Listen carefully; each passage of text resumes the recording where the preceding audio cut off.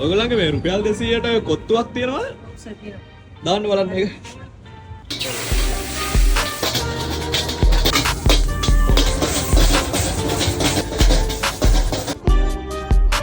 දෙන්න බලන්න 200 කොත්තුව. thank you. එදෙන්න guys lake round එකේ තියෙන 200 කොත්තුව අපි කාලා බලමු කොහොමද කියලා මේක. guys අපි කාලා බලමු කොත්තුව. හරි 200 කොත්තුව තියෙනවා. මේක මේ ඇත්තටම මේ චිකන් වගේ තියෙනවා මට පේනවා. මේක guys මේ කැරට් එහෙමත් තියෙනවා. හරි කැරට් දාලා තියෙනවා.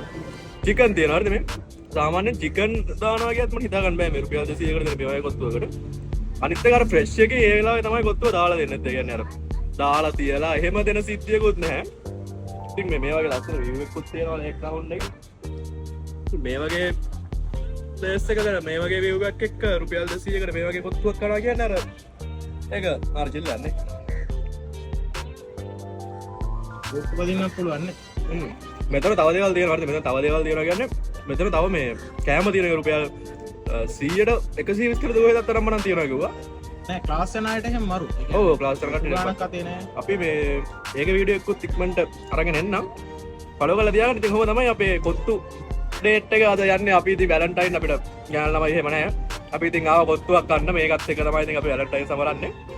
අවුලක් නැහැ. වැඩේ හොඳයි. එහෙනම් ෆලෝ කරලා තියාගන්න guys. bye bye. cheers.